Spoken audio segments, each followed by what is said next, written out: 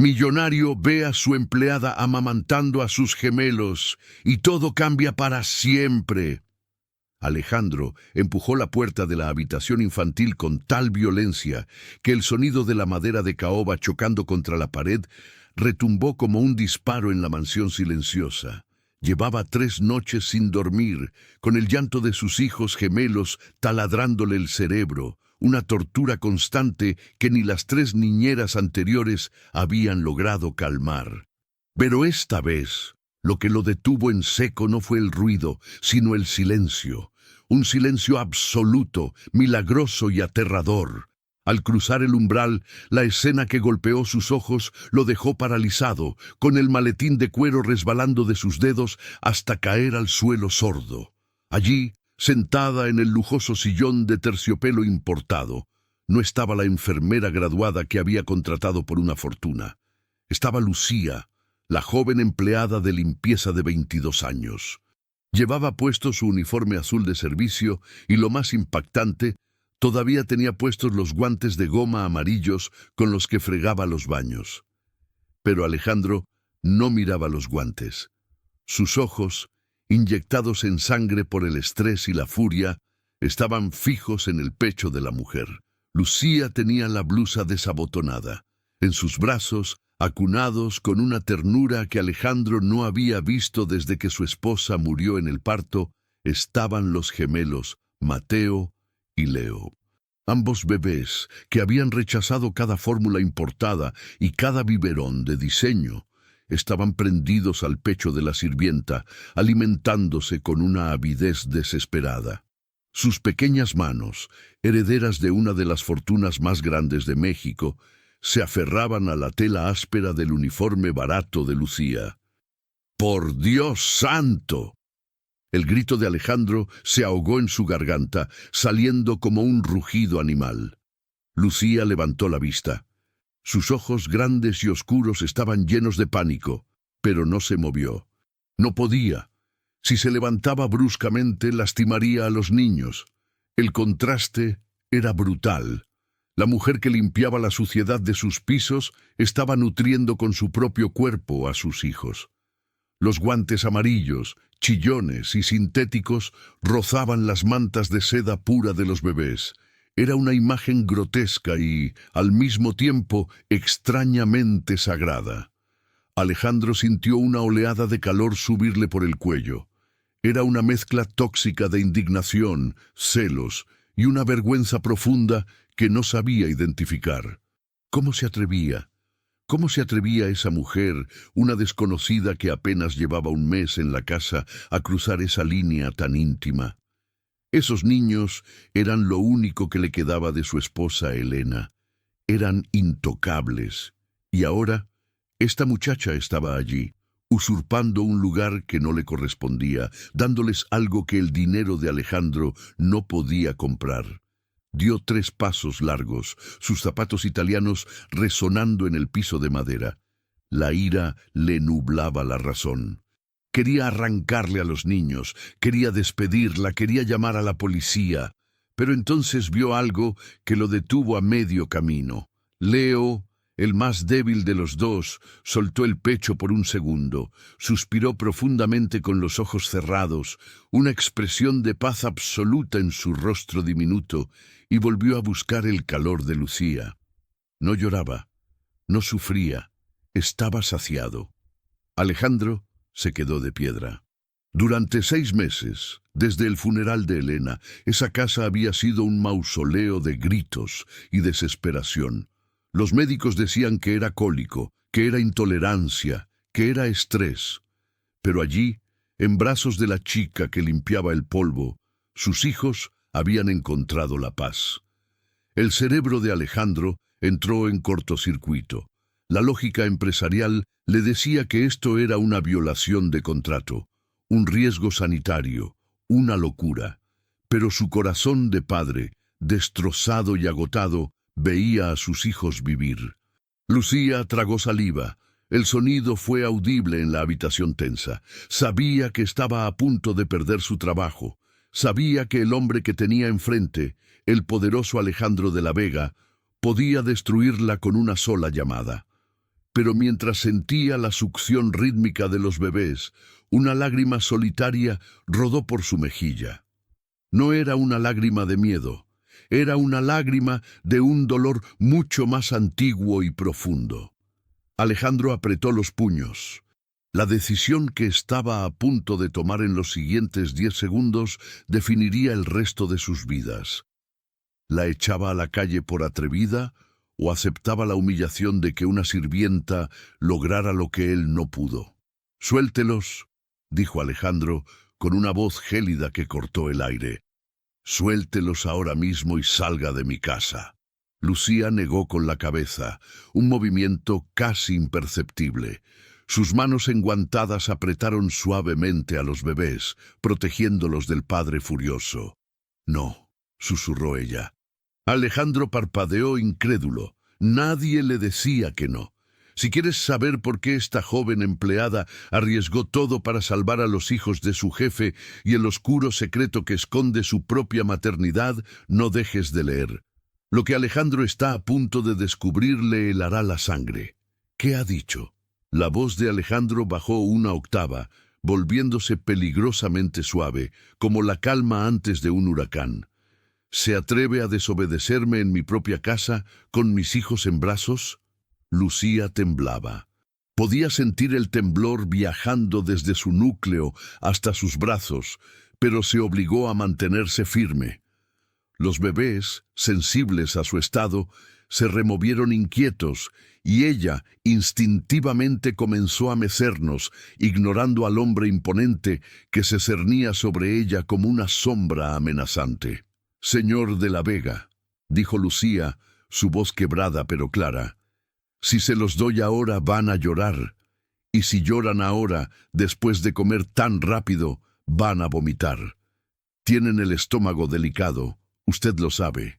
La lógica aplastante de la respuesta golpeó a Alejandro más fuerte que un insulto. Ella tenía razón. Él lo sabía, pero no sabía cómo ella lo sabía. Él apenas pasaba tiempo con ellos, delegando todo en enfermeras que renunciaban a la semana. «No me hable de lo que sé o no sé», estalló él, incapaz de contener la frustración. «Usted está aquí para limpiar los pisos, no para hacer de madre sustituta. Esto es perverso. ¿Quién le dio permiso? ¿Quién la dejó entrar aquí?» Alejandro se acercó, extendiendo las manos para tomar a Mateo. Lucía se giró físicamente, poniendo su propio cuerpo como escudo entre el padre y el hijo. Fue un acto reflejo, un instinto animal de protección que encendió aún más la furia del millonario. «Tenían hambre, señor», gritó Lucía de repente, rompiendo el protocolo de servidumbre. «Llevaban 3 horas gritando. La enfermera estaba abajo hablando por teléfono y usted nunca está». El silencio que siguió fue denso. Alejandro retrocedió medio paso, aturdido por la verdad cruda que le acababan de escupir en la cara. «Se estaban ahogando de llanto, señor», continuó Lucía, bajando la voz, mirando a los pequeños rostros que ahora dormían plácidamente contra su pecho. «Se estaban poniendo morados. Yo estaba limpiando el pasillo. Entré porque pensé que algo malo pasaba. Intenté darles el biberón que estaba en la mesa, pero estaba frío y lo escupieron. Solo querían calor. Solo querían comer». Alejandro se pasó una mano por el cabello perfecto, desordenándolo. La adrenalina empezaba a bajar, dejando paso a una confusión abrumadora. Miró los guantes amarillos de nuevo. «Quítese eso», ordenó, señalando los guantes con asco. «Por el amor de Dios, quítese esos guantes inmundos si va a tocar a mis hijos».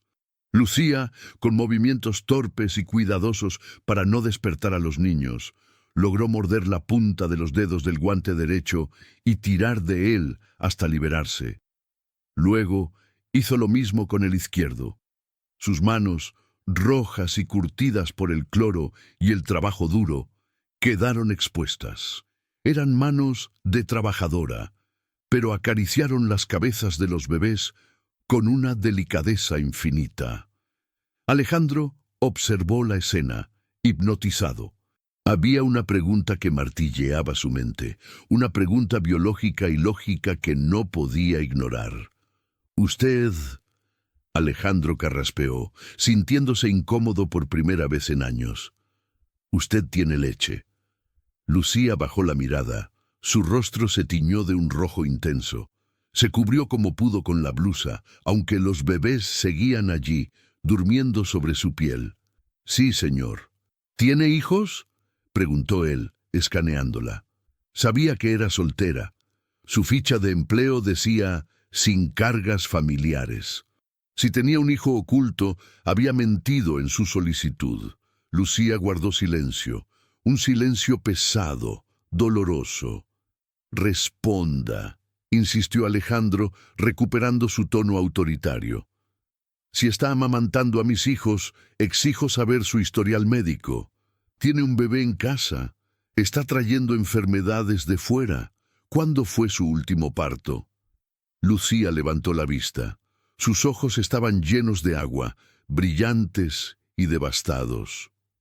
«No tengo hijos en casa, señor», susurró. Entonces, Alejandro estaba perdiendo la paciencia de nuevo.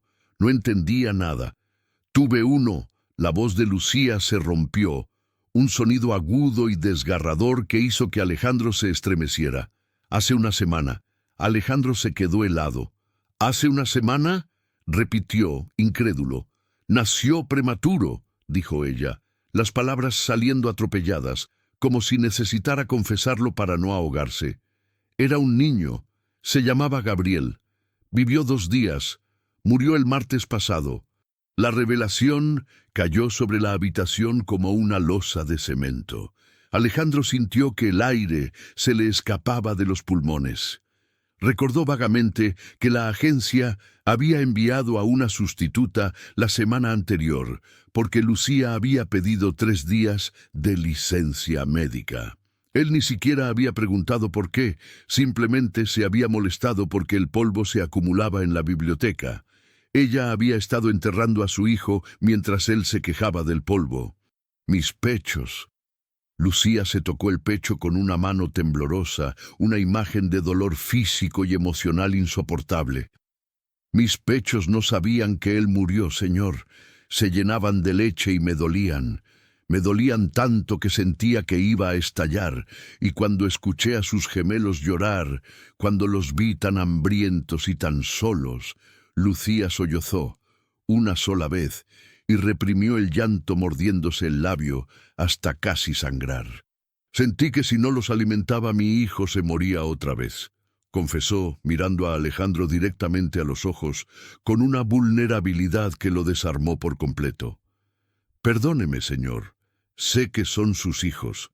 Sé que soy una sucia sirvienta para usted. Pero ellos me necesitaban, y yo los necesitaba a ellos». Alejandro sintió cómo sus piernas flaqueaban. Se dejó caer en la silla frente a ella.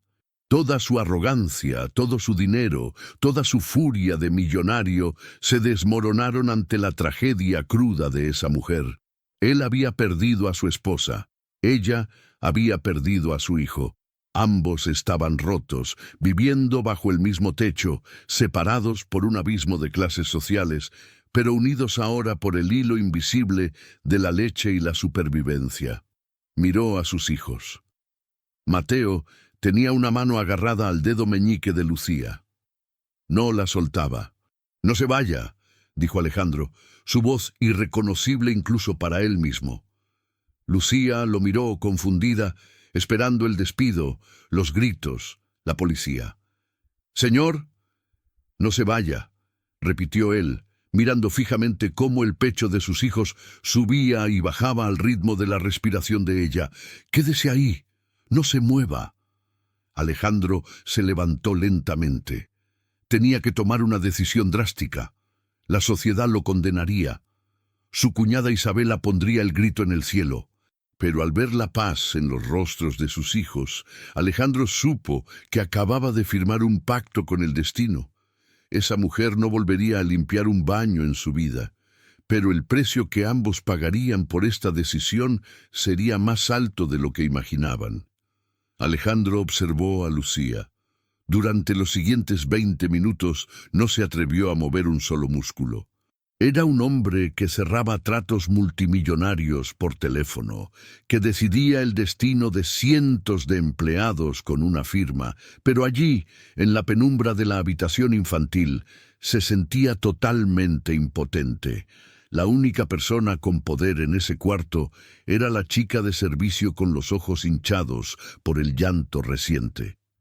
Cuando los bebés finalmente se soltaron, saciados y borrachos de leche tibia, Lucía hizo un movimiento para levantarse. «No», dijo Alejandro de nuevo, esta vez con urgencia. «Espere». Él corrió hacia la mesa auxiliar donde descansaba una hilera de biberones de marca esterilizados y fríos. Agarró uno, lo agitó torpemente y se acercó. Necesitaba comprobarlo. Necesitaba saber si era un capricho del momento o una necesidad absoluta. «Déjeme intentar», ordenó él. Lucía, con cuidado infinito, le pasó a Mateo. El traspaso fue tenso. En cuanto el bebé sintió la tela rígida del traje italiano de su padre y la ausencia del calor de Lucía, sus ojos se abrieron de golpe. Alejandro le metió la tetina de silicona en la boca. La reacción fue inmediata y violenta. Mateo arqueó la espalda, su cara se puso roja como un tomate y soltó un alarido que hizo vibrar los cristales. Rechazó el plástico con la lengua, tosiendo y ahogándose. «Lo va a ahogar», gritó Lucía, olvidando su lugar. Le arrebató al niño de los brazos del millonario antes de que él pudiera reaccionar. En cuanto Mateo tocó el pecho de Lucía, el llanto cesó. Fue como apagar un interruptor. El bebé hundió la nariz en el cuello de ella, buscando su olor, y suspiró. Alejandro se pasó las manos por la cara, derrotado. La evidencia era aplastante. Esos niños no querían fórmula, ni enfermeras graduadas, ni al padre ausente. Querían a la madre que habían perdido y habían decidido que esta mujer rota era su sustituta. «¿Cuánto gana usted limpiando mi casa?», preguntó Alejandro, su voz seca y profesional, tratando de recuperar el control a través del dinero. Lucía lo miró con desconfianza. «El salario mínimo, señor, y las horas extra cuando me las pagan». «Le triplico el sueldo», disparó él. «No, se lo multiplico por 10». Lucía abrió los ojos desmesuradamente. «¿Qué? Quiero que deje de limpiar, olvide los baños, olvide el polvo. A partir de este segundo, su único trabajo es mantener a mis hijos vivos». «Señor, yo no soy enfermera. Me importa un bledo que no sea enfermera». Alejandro señaló a los niños dormidos. «Usted tiene lo único que ellos necesitan, leche y paciencia y...» Se detuvo tragando el orgullo. «Y amor. Usted los mira como si fueran personas, no como si fueran un trabajo». Él caminó hacia la ventana, dándole la espalda para que no viera su desesperación. «Le ofrezco un contrato de exclusividad. Vivirá aquí, en la habitación contigua a la de los niños. Tendrá todo lo que necesite, ropa, comida, médicos para usted. Pero hay una condición». Lucía acarició la cabeza de Leo. Pensó en su casa vacía, en la cuna que todavía estaba armada en su pequeña habitación en el barrio pobre, esperando a un bebé que nunca llegaría. Pensó en las deudas del funeral de Gabriel, que todavía no sabía cómo pagar. «¿Cuál es la condición?», preguntó ella. Alejandro se giró. Su rostro era duro, esculpido en piedra. «Usted es de ellos las 24 horas. Si lloran, usted va. Si tienen hambre, usted los alimenta. Usted será su madre sustituta en todo, excepto en el título. Pero no se equivoque, Lucía. Esto es un trabajo. No se encariñe demasiado.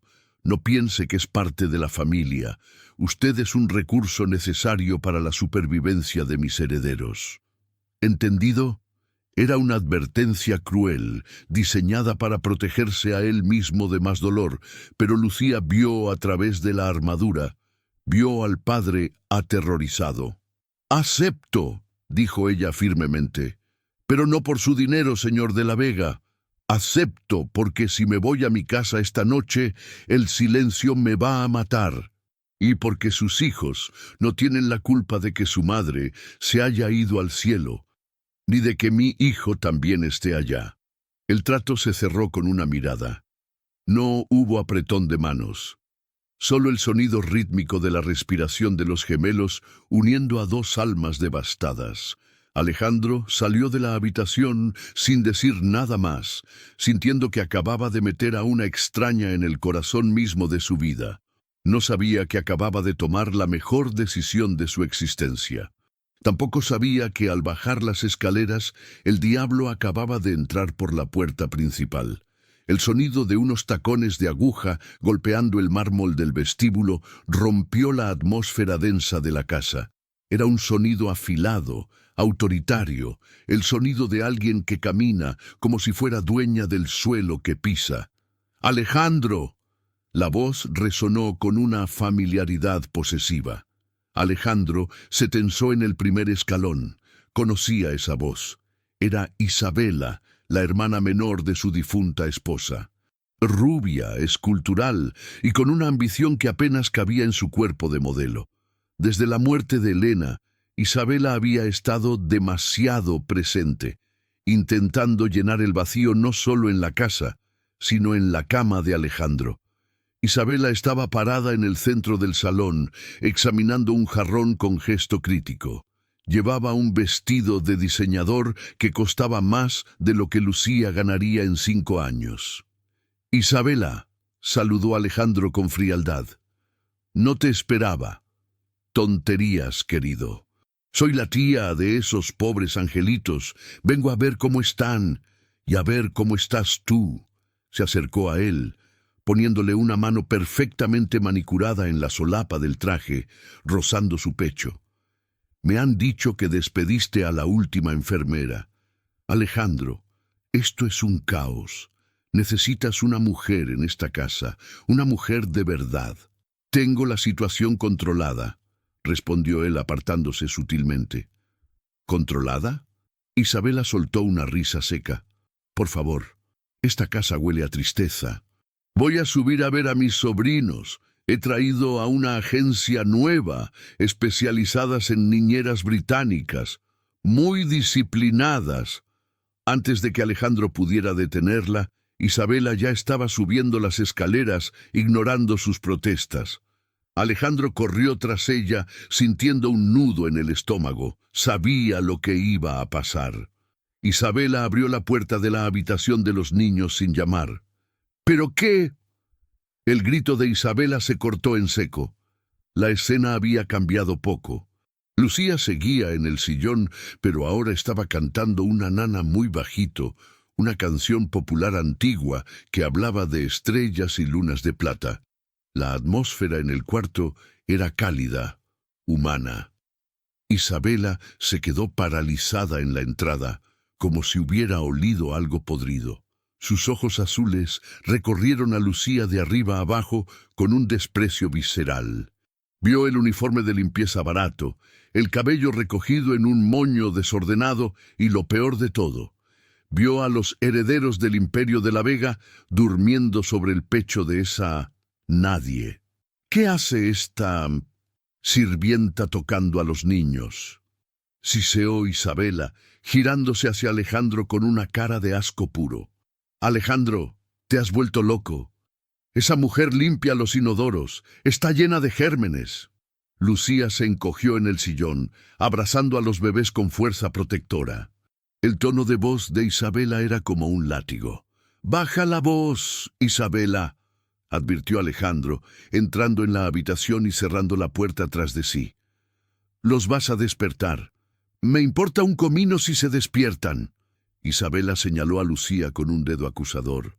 «Quítaselos ahora mismo. Es antihigiénico. Es vulgar. Mira sus manos, Alejandro. Esas manos han estado en la basura y ahora están en la cara de mi sobrino. Es repugnante». Lucía miró sus propias manos. Estaban limpias, fregadas hasta casi sangrar antes de tocar a los bebés, pero ante la mirada de Isabela se sintió sucia, se sintió pequeña. «Señora, yo me lavé», intentó decir Lucía con la voz temblorosa. «Tú te callas», le espetó Isabela. «No te he dado permiso para hablar, Igualada. Levántate y pon a esos niños en la cuna. Y luego vete a fregar el suelo, que es para lo único que sirves». Isabela avanzó hacia ella con la intención de arrancarle a los bebés. Lucía se quedó paralizada por el miedo a la autoridad, pero entonces sucedió algo inesperado. Alejandro se interpuso en el camino de Isabela. Su cuerpo grande y musculoso formó una barrera infranqueable. «No la toques», dijo Alejandro. Su voz no era un grito, era un gruñido bajo y peligroso. «Y no le vuelvas a hablar así en mi presencia». Isabela retrocedió, atónita. Alejandro nunca defendía al servicio. Alejandro era un elitista, igual que ella. «¿La defiendes?», preguntó Isabela con los ojos entrecerrados, su mente calculadora empezando a trabajar a toda velocidad. «¿A esta gata de barrio bajo? Alejandro, por favor, dime que no es lo que pienso. Dime que no te estás acostando con la criada». «¡Cállate!», bramó Alejandro. El insulto a la memoria de su esposa y a la dignidad de Lucía fue demasiado. «Ella es la nodriza de mis hijos. Es la única persona en este mundo que ha logrado que dejen de llorar. Se queda. Y tú vas a tratarla con respeto, o no vas a volver a entrar en esta casa». El silencio que siguió fue venenoso. Isabela miró a Alejandro, luego miró a Lucía, que seguía temblando en el sillón. Isabela era una mujer inteligente. En ese instante se dio cuenta de que Lucía no era una simple empleada. Era una amenaza biológica y emocional. Esa chica tenía algo que Isabela nunca podría comprar: el instinto maternal que calmaba a las bestias y que estaba ablandando al padre. Isabela compuso su rostro, transformando la furia en una sonrisa fría y falsa en cuestión de segundos.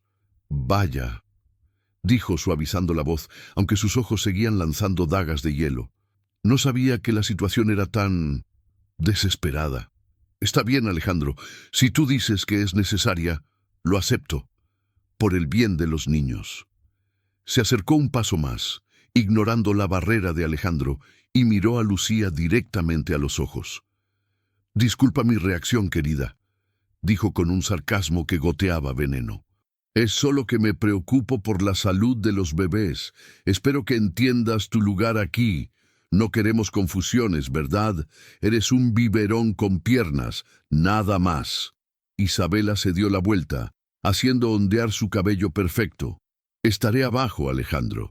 Tenemos que hablar sobre la gala benéfica de la próxima semana. Tienes que ir. Y tienes que llevar una acompañante adecuada». Cuando la puerta se cerró, el aire en la habitación pareció aligerarse, pero una sombra había quedado instalada. Lucía miró a Alejandro, esperando que él reafirmara las crueles palabras de Isabela. Alejandro la miró.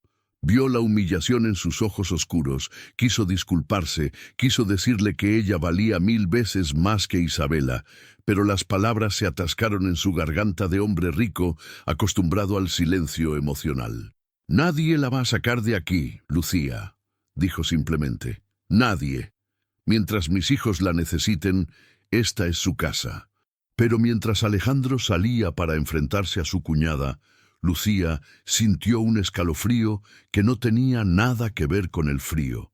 Había visto la mirada de Isabela. Sabía, con la intuición de quien ha crecido en las calles difíciles, que acababa de ganarse una enemiga mortal, y esa enemiga tenía poder, dinero y ninguna moral. La guerra por el alma de esa familia acababa de comenzar, y Lucía, con nada más que su leche y su amor herido, estaba justo en la línea de fuego. Pasaron 2 meses. 60 días que transformaron la mansión de La Vega de un mausoleo de mármol frío en un hogar que respiraba. El cambio no fue repentino. sino una marea lenta y cálida que empezó en la habitación de los niños y se fue filtrando por los pasillos, bajando las escaleras y llegando hasta el estudio oscuro donde Alejandro solía esconderse del mundo. Las cortinas pesadas de terciopelo, que siempre habían estado cerradas por orden del luto, ahora estaban abiertas. La luz del sol de la mañana entraba a raudales, iluminando partículas de polvo que ya no parecían suciedad, sino vida en suspensión. Pero el cambio más radical no estaba en la decoración, sino en el sonido. El silencio sepulcral había sido reemplazado por gorjeos, por el chapoteo del agua a la hora del baño y sobre todo por la voz de Lucía. Alejandro empezó a llegar temprano del trabajo. Antes inventaba reuniones hasta las 10 de la noche para no tener que enfrentar la casa vacía. Ahora, a las 6 de la tarde, su coche entraba en la calzada. Decía que era para supervisar el progreso de los herederos, pero era una mentira que ni él mismo se creía. Volvía por la paz. Esa tarde, Alejandro subió las escaleras con el sigilo de un ladrón. Se aflojó la corbata de seda y se quitó los zapatos italianos para no hacer ruido. Se detuvo frente a la puerta entreabierta del cuarto de juegos, una habitación que Isabela había insistido en decorar con juguetes educativos de madera escandinava que los niños odiaban, pero que Lucía había llenado de cojines blandos y mantas de colores. Desde las sombras del pasillo, Alejandro observó. Lucía estaba sentada en la alfombra, con las piernas cruzadas. Llevaba unos jeans sencillos y una camiseta blanca de algodón, nada que ver con el rígido uniforme de antes. Tenía a Leo boca abajo sobre sus rodillas, dándole palmaditas rítmicas en la espalda, mientras Mateo estaba acostado frente a ella, intentando agarrar sus propios pies. «A ver, mi gordo precioso», decía Lucía con una voz cantarina, llena de una dulzura que le apretó el corazón a Alejandro. ¿Quién se va a comer los pies? ¿Quién? Esos pies saben a queso, Mateo. ¡Guácala! Lucía hizo una mueca exagerada y se inclinó para besar ruidosamente la barriga del bebé. Entonces sucedió. Mateo abrió la boca desdentada y soltó una carcajada. No fue un grito ni un gemido, fue una risa pura, cristalina, un sonido burbujeante de felicidad absoluta. Alejandro sintió que el aire se le iba de los pulmones. Era la primera vez. Sus hijos, los niños que habían nacido en medio de la tragedia y la muerte, se estaban riendo, y no se reían con él, se reían con ella. «¿Lo escuchaste, Leo?», exclamó Lucía, con los ojos brillando de emoción. «Tu hermano se rió. A ver tú, perezoso, te toca a ti». Alejandro, impulsado por una fuerza magnética, dio un paso adelante, empujando la puerta suavemente. El chirrido de las bisagras alertó a Lucía. Ella se giró de golpe, asustada, y al verlo, intentó levantarse torpemente con los bebés. «No, no te levantes», dijo Alejandro rápidamente, entrando en la habitación. Se sentía un intruso en ese círculo de intimidad. «Por favor, sigue». Lucía se relajó un poco, aunque sus mejillas se tiñeron de rojo. «Señor de la Vega, llegó temprano. Estábamos practicando ejercicios de motricidad. Dicen que es bueno para...» «Lo escuché», interrumpió él, arrodillándose en la alfombra, sin importarle que sus pantalones de traje de $3,000 se arrugaran. «Escuché a Mateo». «Se rió, señor», dijo Lucía, y su sonrisa iluminó la habitación más que cualquier lámpara de araña. «Es la primera vez. Tiene cosquillas en la panza». Alejandro miró a su hijo. El bebé lo miró de vuelta con ojos grandes y curiosos, los mismos ojos de su madre muerta. Alejandro extendió un dedo, temeroso, como si el niño fuera de cristal. Rozó la barriga de Mateo. El bebé se retorció y soltó otra risita, agarrando el dedo grueso de su padre con su mano diminuta. La conexión fue eléctrica. Alejandro sintió una sacudida que le recorrió la columna vertebral. Por primera vez en meses, no sintió el peso aplastante del dolor. Sintió esperanza.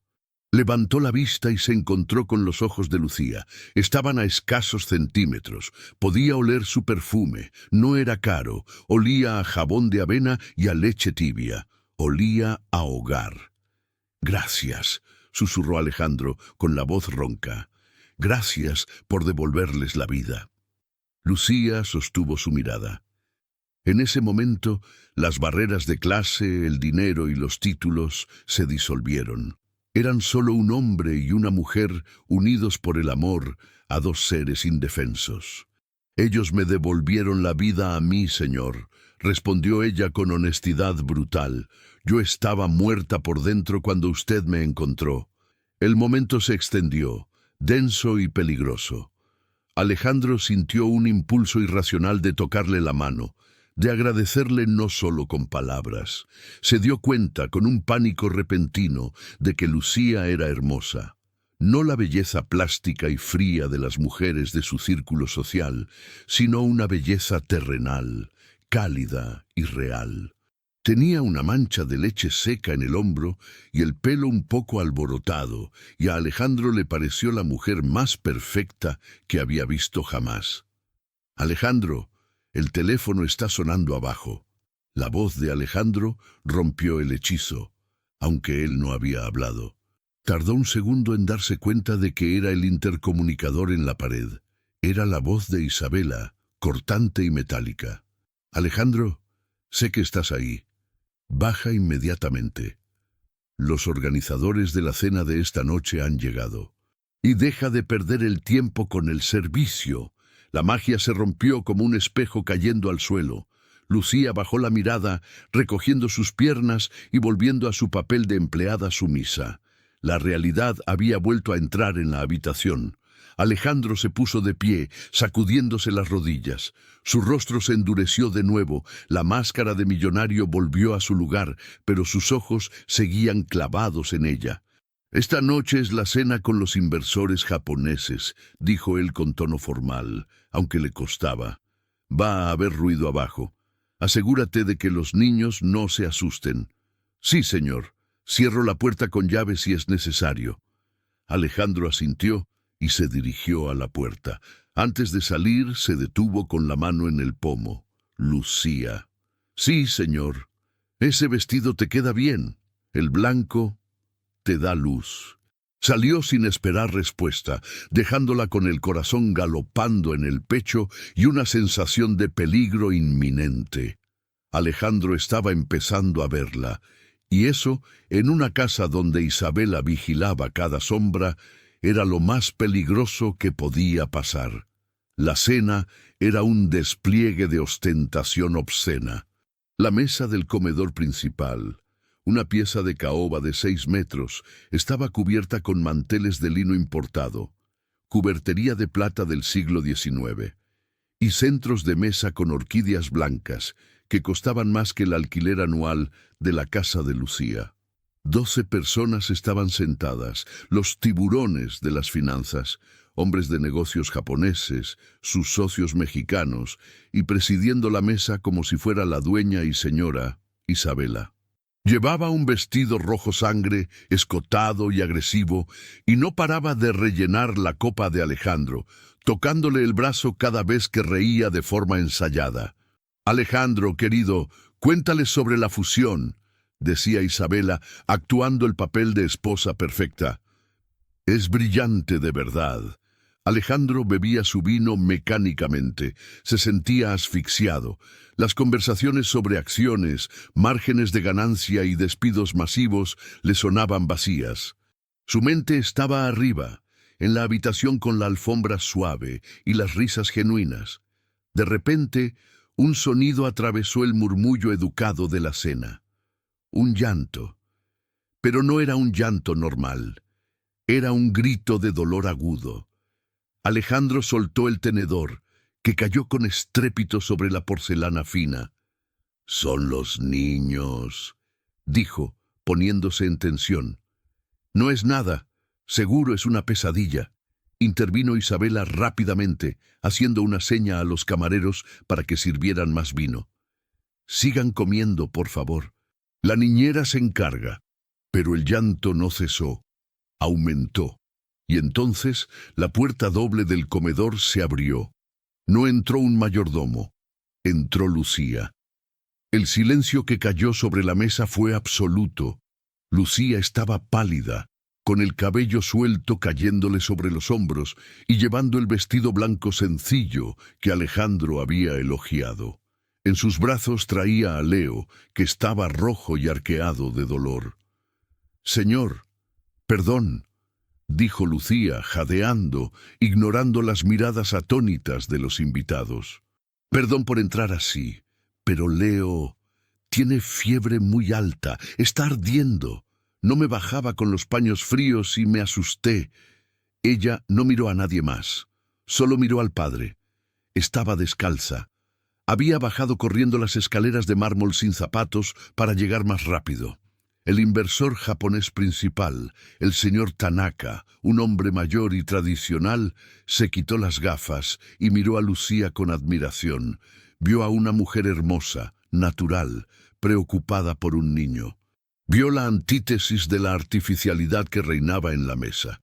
«Ah, de la Vega-san», dijo el señor Tanaka en un inglés pausado. «¿Esta es su esposa?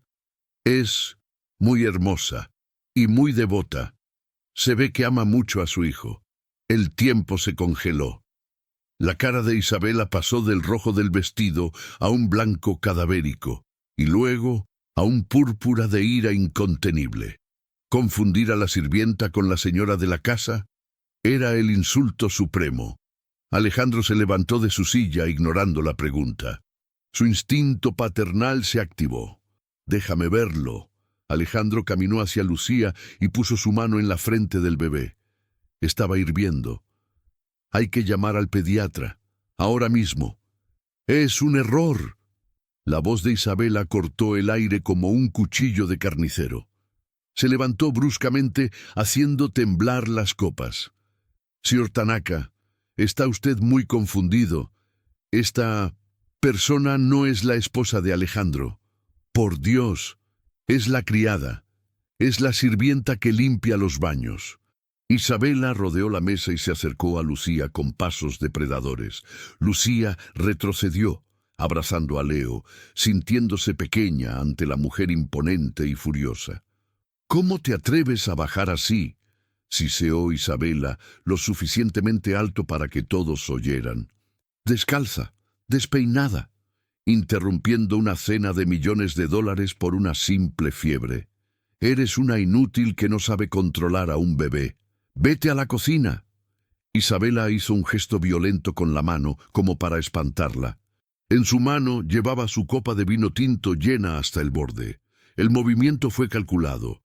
Accidentalmente, la copa se inclinó. El líquido oscuro salió disparado y chocó contra el vestido blanco de Lucía. La mancha roja se expandió por el pecho de Lucía como una herida de bala gigante, empapando la tela fina y salpicando la manta del bebé. El líquido frío hizo que Leo gritara aún más fuerte. Lucía soltó un grito ahogado y se miró el vestido arruinado. Las lágrimas de humillación le llenaron los ojos al instante.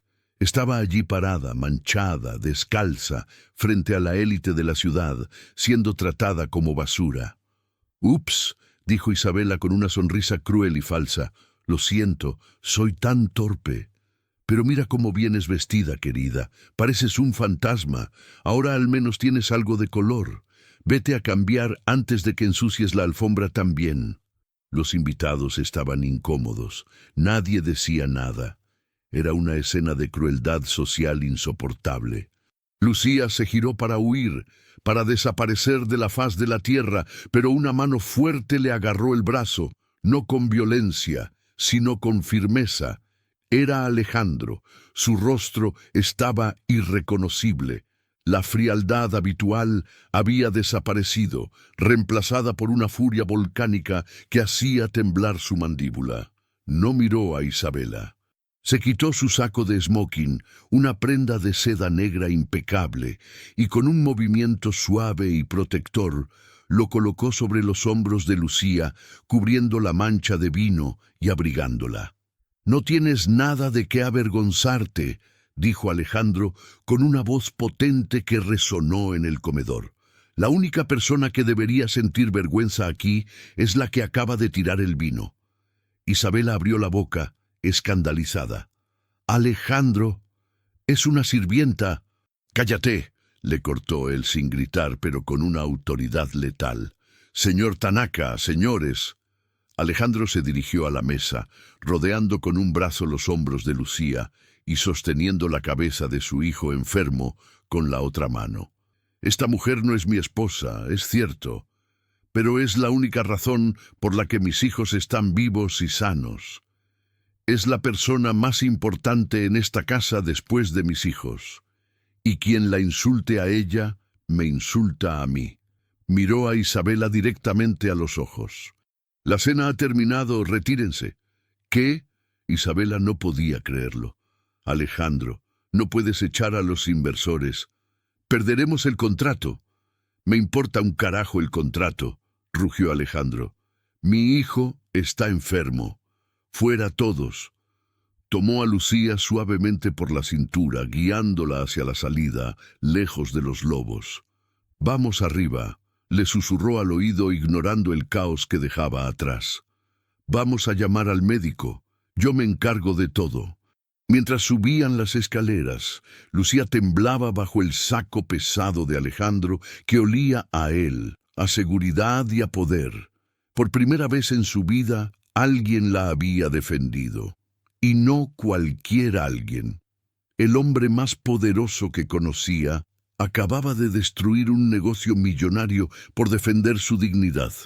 Abajo, en el comedor, Isabela se quedó sola entre las orquídeas y la plata. Sus manos apretaban el mantel hasta que los nudillos se pusieron blancos. No estaba derrotada. Estaba empezando. «Disfruta tu momento, criada», murmuró Isabela con odio puro, viendo cómo subían. «Porque te juro que será el último. Mañana vas a desear no haber nacido». La Guerra Fría había terminado. El ataque frontal estaba a punto de comenzar, y esta vez Isabela no dejaría nada al azar. La mañana siguiente amaneció con una calma engañosa. La luz del sol entraba suavemente por las ventanas de la mansión, iluminando el polvo que flotaba en el aire. Leo había amanecido sin fiebre, gorjeando felizmente en su cuna, y Alejandro sentía que una montaña de estrés se había levantado de sus hombros. Por primera vez en meses había dormido más de 4 horas seguidas, sabiendo que Lucía vigilaba el sueño de sus hijos como una leona. Alejandro bajó a su despacho, ajustándose los puños de la camisa. Se sentía diferente. La escena de la noche anterior, defendiendo a Lucía frente a la sociedad, había roto algo dentro de él. Una barrera. Se sorprendió a sí mismo silbando mientras buscaba en el cajón de su escritorio su reloj favorito, un Patek Philippe de oro rosa y correa de piel de cocodrilo. No era un simple reloj, era el último regalo que Elena le había dado antes de morir, grabado al reverso con la fecha de su boda. Era su amuleto. Abrió la caja de terciopelo azul. Estaba vacía. Alejandro frunció el ceño, sacando la caja y sacudiéndola, como si el objeto pudiera materializarse por arte de magia. Buscó debajo de los papeles, abrió los otros cajones, miró sobre la mesa. Nada. El pánico frío empezó a subirle por el estómago. Ese reloj no era dinero, era memoria. Perderlo era como perder otro pedazo de Elena. «¿Buscas algo, querido?». La voz de Isabela vino desde la puerta. Estaba apoyada en el marco, vestida impecablemente con un traje sastre color crema, sosteniendo una taza de café humeante. Su rostro era una máscara de preocupación estudiada, pero sus ojos brillaban con una malicia que Alejandro, en su desesperación, no supo leer. «Mi reloj», dijo Alejandro, revolviendo los papeles con brusquedad. «El de Elena. Lo dejé aquí anoche antes de la cena. Estoy seguro». Isabela entró en la habitación, cerrando la puerta suavemente tras de sí. Caminó hacia él con pasos lentos, el sonido de sus tacones amortiguado por la alfombra persa. —¿Estás seguro de que lo dejaste aquí? —preguntó ella con suavidad venenosa. —O quizás lo dejaste en tu habitación, donde entra cualquiera. Alejandro se detuvo. —¿Qué quieres decir? —Oh, nada, Alejandro. Es solo que... Isabela suspiró, como si le doliera decir lo que iba a decir. Anoche fue un caos. Todo el mundo subía y bajaba, y con esa chica, Lucía, entrando y saliendo de las habitaciones privadas con tanta libertad. —No empieces, Isabela —cortó Alejandro—. Lucía no es una ladrona. —¿Lo es? Isabela alzó una ceja, acercándose a él hasta invadir su espacio personal. Alejandro, sé realista. Viene de un barrio donde la gente mata por un par de zapatos. Tiene deudas. Tiene un pasado que desconoces. Anoche la humillaste, o al menos así se sintió ella antes de que tú, heroicamente, la salvaras. El resentimiento es un motivo poderoso, y la necesidad, aún más. Ella no tocaría nada, insistió Alejandro, aunque la semilla de la duda ya había sido plantada. Recordó los ojos desesperados de Lucía cuando habló de las deudas del funeral de su hijo.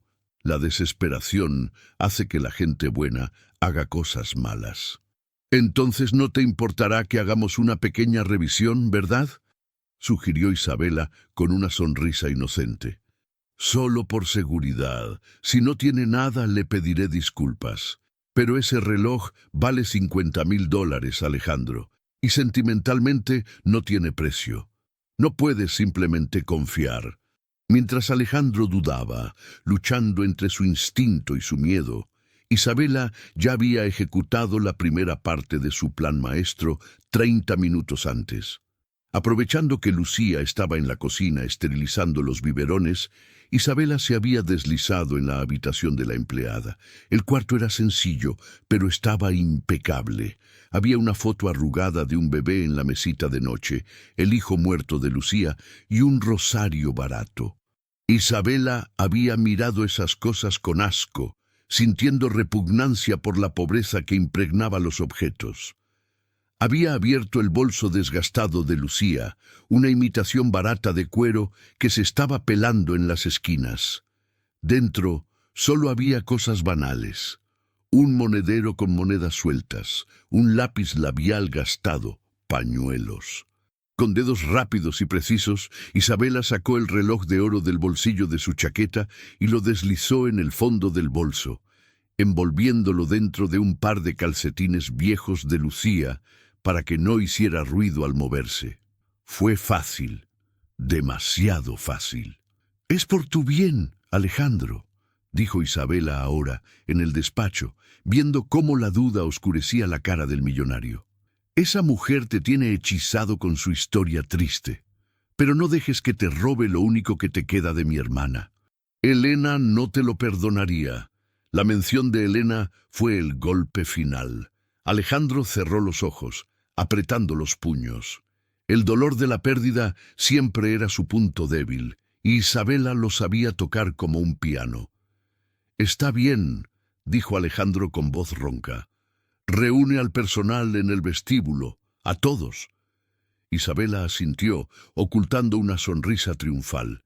La trampa estaba lista, el cebo estaba puesto y la presa estaba a punto de caer.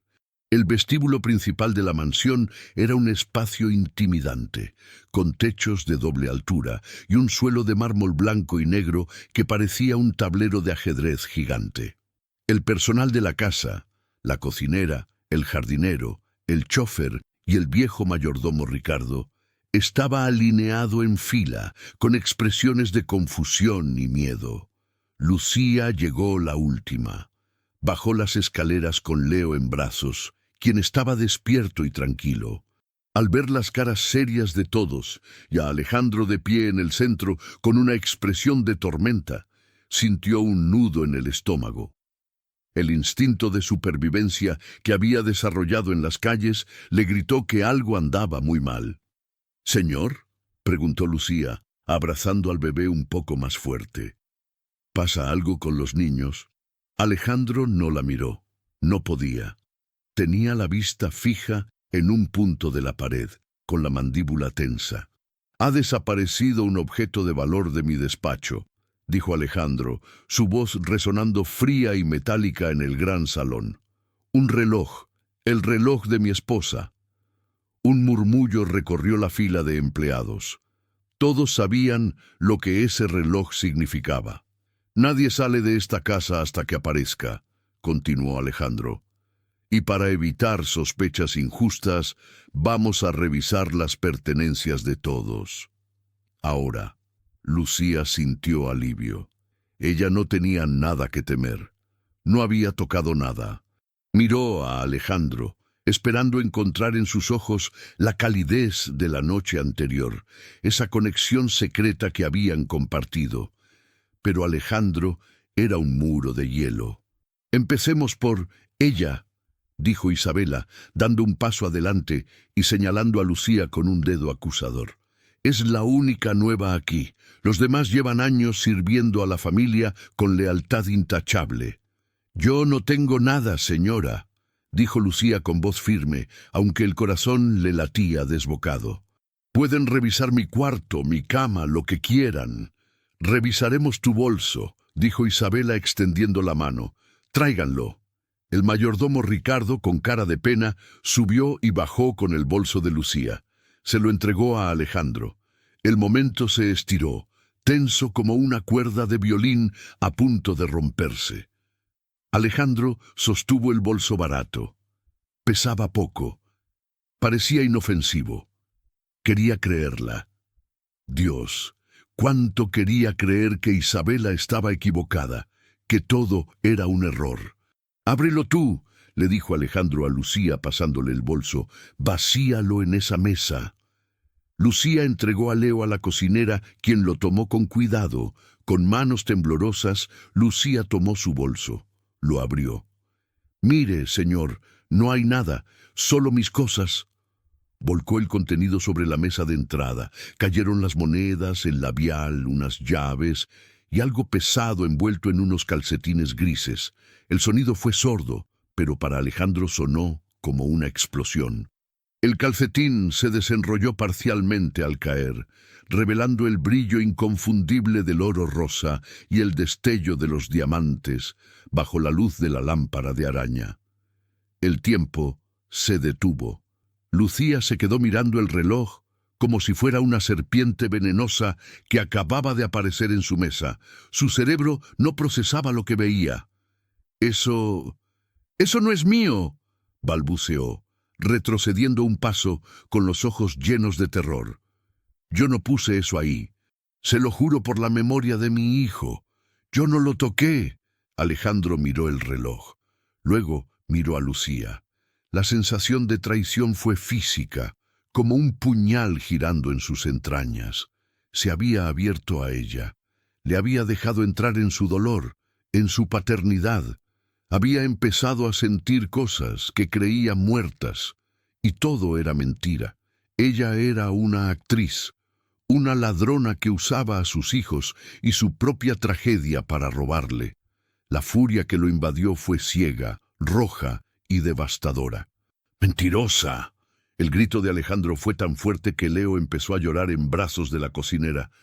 «Te di todo, te abrí mi casa, te confié la vida de mis hijos». «Señor, escúcheme», gritó Lucía desesperada intentando acercarse a él.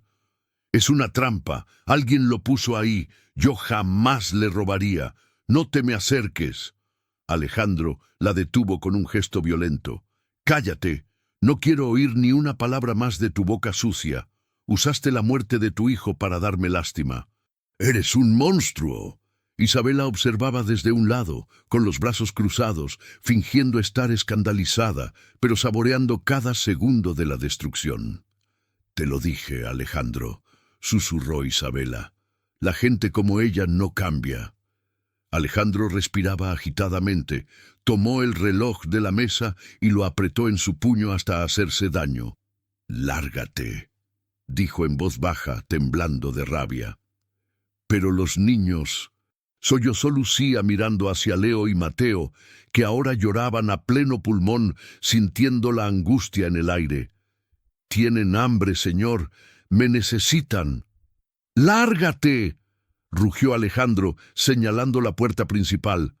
«Fuera de mi casa ahora mismo. Si te veo un segundo más aquí, llamo a la policía y te hago pudrir en la cárcel. ¡Vete!».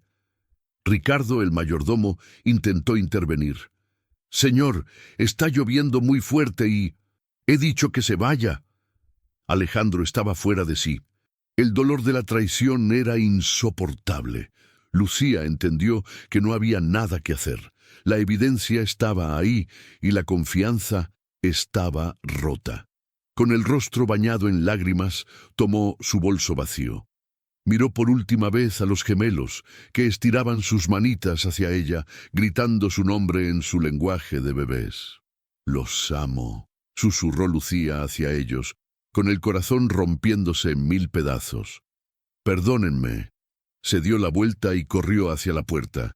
Al abrirla, el viento y la lluvia entraron violentamente en el vestíbulo. Lucía salió a la tormenta sin mirar atrás, desapareciendo en la oscuridad de la noche. Alejandro cerró la puerta de un golpe, quedándose dentro, jadeando. Pero el silencio no llegó. En el momento en que la puerta se cerró, separando a la madre sustituta de sus hijos, los gemelos soltaron un alarido desgarrador. No era un llanto normal. Era un grito de pánico absoluto, de abandono. Alejandro se giró hacia ellos. La cocinera intentaba mecernos, pero los bebés se arqueaban rechazándola, sus caras poniéndose púrpuras por la falta de aire. «Ya se callarán», dijo Isabela acercándose. «Es solo un berrinche. Mañana ni se acordarán de ella». Pero Alejandro, mirando la puerta cerrada por donde acababa de echar a la única luz de esa casa, sintió un frío en el alma que ni todo el oro del mundo podría calentar. En el fondo, muy en el fondo, una voz le decía que acababa de cometer el error más grande de su vida. Y afuera, bajo la lluvia torrencial, Lucía caminaba sola, empapada y destrozada, sin saber que su partida no era el final, sino el comienzo de una tragedia que pondría a la familia de la Vega de rodillas. La mansión de la Vega se había convertido en una cámara de tortura acústica. No habían pasado ni 6 horas desde que Lucía cruzó el umbral hacia la tormenta, pero para Alejandro, el tiempo se había distorsionado, estirándose en una eternidad de gritos agónicos. Eran las 3 de la madrugada. Afuera, la lluvia seguía golpeando los cristales con furia, como si el cielo mismo estuviera llorando la injusticia cometida, pero adentro el ruido era peor. Los gemelos no habían parado de llorar ni un solo segundo. No era el llanto de hambre ni de sueño. Era un llanto visceral, ronco, el sonido de 2 criaturas que sentían que les habían arrancado una extremidad. Alejandro caminaba de un lado a otro de la habitación infantil, con la camisa empapada de sudor y manchas de leche regurgitada. Tenía el cabello revuelto y los ojos inyectados en sangre. «Por favor», suplicó, sosteniendo a Mateo en brazos y meciéndolo con movimientos bruscos, desesperados. «Por favor, hijo, cállate, vas a enfermarte». Mateo, con la cara violácea y las venas del cuello hinchadas por el esfuerzo de gritar, se arqueó hacia atrás, rechazando el pecho de su padre. Buscaba algo suave, algo cálido, un olor específico que había desaparecido. Al no encontrarlo, su desesperación aumentaba. En la otra cuna, Leo ya no tenía fuerzas para gritar. Emitía un gemido constante, agudo y rítmico, como un animal herido que se está dejando morir. «La leche está muy caliente o muy fría, yo qué sé», gritó Isabela desde el sillón, tapándose los oídos con las manos manicuradas. «Haz que se callen, Alejandro. Me va a estallar la cabeza». Alejandro se giró hacia ella con una mirada asesina. «Si no vas a ayudar, lárgate de aquí», le rugió. «Tú dijiste que esto pasaría. Dijiste que se olvidarían de ella en una hora. Míralos, Isabela, se están muriendo de angustia. Isabela se puso de pie, ofendida. No seas dramático, son bebés, tienen hambre, dámelo a mí. Seguro es que tú estás tenso y se lo transmites. Isabela le arrancó a Mateo de los brazos con poca delicadeza. El bebé, al sentir el perfume fuerte y químico de Isabela y la frialdad de la seda de su bata, reaccionó como si lo hubieran quemado con un hierro al rojo vivo. Mateo soltó un alarido que rasgó el aire, manoteando frenéticamente, arañando el escote de Isabela con sus uñas diminutas. ¡Ay!, gritó Isabela soltándolo casi por reflejo sobre el cambiador acolchado. ¡Maldita sea! ¡Me arañó! ¡Este niño es un salvaje! ¡No lo toques! Alejandro empujó a Isabela lejos de la cuna, interponiéndose entre ella y sus hijos. ¡No vuelvas a tocarlos! En ese momento, la puerta se abrió y entró el doctor. Cárdenas, el pediatra de cabecera de la familia, un hombre mayor con cara de preocupación grave. Llevaba una hora examinando a los niños, intentando hidratarlos. «Señor de la Vega», dijo el médico quitándose el estetoscopio con lentitud. «Tenemos un problema serio». Alejandro se volvió hacia él, buscando una solución médica, una pastilla, una inyección, algo que su dinero pudiera pagar. «¿Qué tienen? ¿Es un virus? ¿Una bacteria? Dígame qué comprar, doctor. Traiga el equipo que sea necesario». El doctor Cárdenas negó con la cabeza, mirando a los dos bebés que se retorcían en sus cunas. «No es un virus, Alejandro. Físicamente están sanos, o lo estaban hace unas horas. Lo que tienen se llama depresión anaclítica. Es un término clínico para el duelo infantil severo». «¿Duelo?». Alejandro parpadeó aturdido. «Tienen 6 meses, doctor. Sienten la ausencia», explicó el médico con dureza. «Han perdido a su figura de apego primaria. Y no me refiero a ti, Alejandro. Me refiero a la mujer que los amamantaba. Para ellos, ella era su madre, su fuente de alimento, seguridad y calor. Al desaparecer de golpe, sus sistemas nerviosos han entrado en shock». El médico señaló a Leo, que estaba pálido y sudoroso. «Este pequeño está empezando a mostrar signos de deshidratación severa porque rechaza el biberón. Y la fiebre que tienen no es infecciosa, es estrés puro. Sus cuerpos se están atacando a sí mismos. Si no comen y se calman en las próximas 6 horas, tendré que hospitalizarlos y ponerles sondas gástricas. Y aún así, el pronóstico emocional es reservado. Pueden dejarse morir de tristeza». He visto casos así. La sentencia cayó sobre Alejandro como una guillotina. «¿Sondas?», susurró horrorizado. «¿Atarlos a una cama con tubos por la nariz? Es eso, o que colapsen», sentenció el médico. «Alejandro, necesitas traer a esa mujer de vuelta. No sé qué pasó, no sé por qué la despediste, pero esos niños la necesitan como necesitan el oxígeno. Ninguna medicina va a curar esto, solo ella». Alejandro se pasó las manos por la cara, sintiendo el roce áspero de su barba de 2 días. El orgullo y la ira luchaban contra el terror de perder a sus hijos. Recordó la imagen del reloj cayendo del bolso. La traición. ¿Cómo podía traer a una ladrona?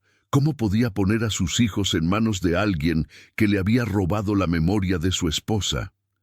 «Es una ladrona», dijo Alejandro con la voz rota, tratando de convencerse a sí mismo. «Me robó, doctor. No puedo». «Prefieres tener razón o tener hijos vivos», le espetó el médico, cerrando su maletín con un golpe seco. «Tienes unas horas para decidir. Yo me quedaré en la habitación de huéspedes por si hay una emergencia, pero te advierto, la medicina tiene límites. El amor no». El médico salió, dejando un silencio pesado que solo rompían los sollozos entrecortados de los gemelos. Isabela, que había estado escuchando en silencio, resopló. «Ese viejo es un incompetente. ¿Depresión en bebés? Por favor, mañana contrataremos a otro médico y a otra niñera, una que no robe. Alejandro, no vas a ceder, ¿verdad? Sería mostrar debilidad. Si la traes de vuelta, admites que ella gana. Alejandro miró a sus hijos. Leo había dejado de moverse. Estaba mirando al vacío, con los ojos vidriosos, chupándose el dedo con una tristeza infinita. «Cállate, Isabela», murmuró Alejandro. «Solo cállate». Alejandro se acercó a la cuna de Leo. Metió su mano grande y tosca a través de los barrotes. El bebé ni siquiera lo miró. Alejandro sintió, por primera vez en su vida, lo inútil que era su imperio. Podía comprar edificios, barcos y conciencias, pero no podía comprar la voluntad de vivir de sus propios hijos. Se sentó en el suelo derrotado con la espalda apoyada en la cuna y escuchó la lluvia golpear contra el cristal.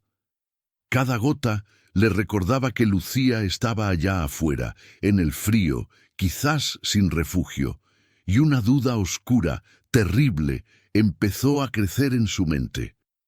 ¿Y si no fue ella? Pero vio el reloj caer. Lo vio con sus propios ojos. La evidencia era irrefutable. ¿O no? La noche avanzó lenta y dolorosa, llevándose consigo la salud de los gemelos y la cordura de un padre que se estaba dando cuenta, demasiado tarde, de que había expulsado al ángel guardián de su casa. El amanecer llegó gris y plomizo. La lluvia había cesado, dejando una niebla húmeda que envolvía la mansión. Adentro, la situación era crítica. Leo había vomitado la poca agua que el médico había logrado darle con una jeringa. Mateo estaba hirviendo en fiebre, inerte en su cuna. Alejandro estaba sentado en la cocina, mirando una taza de café negro que no pensaba beber. Parecía haber envejecido 10 años en una noche. Tenía los codos apoyados en la mesa de mármol y la cabeza entre las manos. «Señor Alejandro». La voz era suave, respetuosa, pero firme. Alejandro levantó la vista. Era Ricardo, el mayordomo, un hombre de 60 años que había servido a la familia de la Vega desde antes de que Alejandro naciera. Ricardo siempre había sido una sombra eficiente, discreta, invisible, pero hoy estaba de pie frente al patrón con una postura rígida y una extraña determinación en los ojos. En sus manos sostenía una tablet. «Ahora no, Ricardo», dijo Alejandro con voz ronca. «No quiero desayunar, no quiero nada». «No es sobre el desayuno, señor», dijo Ricardo sin moverse un milímetro. «Es sobre la verdad, y creo que usted necesita verla antes de que sea demasiado tarde para los niños». Alejandro frunció el ceño. «¿De qué hablas?». Ricardo puso la tablet sobre la mesa y la deslizó hacia Alejandro. «Usted sabe que instalamos cámaras de seguridad nuevas el mes pasado, señor. En los pasillos, en la entrada y en su despacho. Usted pidió que fueran discretas, ocultas, en los sensores de humo». Alejandro sintió un escalofrío. Lo había olvidado. Con el duelo y el trabajo, había olvidado por completo el sistema de seguridad que él mismo había ordenado instalar tras una serie de robos en el vecindario. Ayer, cuando acusaron a la señorita Lucía, algo no me cuadraba. Continuó Ricardo, su voz temblando ligeramente por la osadía de hablar así. He visto a esa muchacha lavar la ropa de los bebés a mano para que no les diera alergia el detergente. He visto cómo se come las sobras de la comida para no tirar nada. Una persona así no roba un reloj para venderlo, señor. Así que me tomé la libertad de revisar las grabaciones de la nube esta madrugada. Alejandro miró la pantalla negra de la tablet. Su corazón empezó a latir con fuerza, un tamborileo de miedo y esperanza. Dale al play, señor. Archivo de ayer, 18:45 horas. Alejandro tocó la pantalla con un dedo tembloroso. El video era de alta definición, nítido y claro. Mostraba su despacho vacío. La luz de la tarde entraba por la ventana. La puerta se abrió. No entró Lucía, entró Isabela. Alejandro contuvo el aliento. En la pantalla, Isabela miró hacia el pasillo para asegurarse de que nadie la veía. Cerró la puerta. Caminó directamente hacia el escritorio de Alejandro. No dudó. Sabía exactamente dónde buscar. Abrió el cajón, sacó la caja azul de terciopelo. Alejandro vio, con una claridad nauseabunda, cómo Isabela sacaba el reloj de oro. Vio cómo lo sostenía a la luz un momento, con una sonrisa fría y calculadora que le heló la sangre. Luego la vio sacar un par de calcetines grises viejos de su propio bolsillo, los calcetines que había robado previamente del cuarto de Lucía, y envolver el reloj cuidadosamente. La grabación continuó. Isabela salió del despacho con el bulto escondido en su mano y se dirigió al vestíbulo donde estaba el bolso de Lucía colgado en el perchero. Con un movimiento rápido de prestidigitadora, deslizó el paquete dentro del bolso barato. El video terminó. Alejandro se quedó mirando la pantalla congelada en la imagen de su cuñada sonriendo tras cometer el crimen. El silencio en la cocina fue absoluto, pero dentro de Alejandro hubo una explosión nuclear. Todas las piezas encajaron de golpe. La casualidad de que Isabela sugiriera revisar los bolsos, la insistencia en acusar a Lucía, la crueldad en la cena. Todo había sido un teatro macabro, orquestado por la mujer que decía querer proteger a su familia. Alejandro no gritó. La furia que sentía era demasiado grande para el ruido.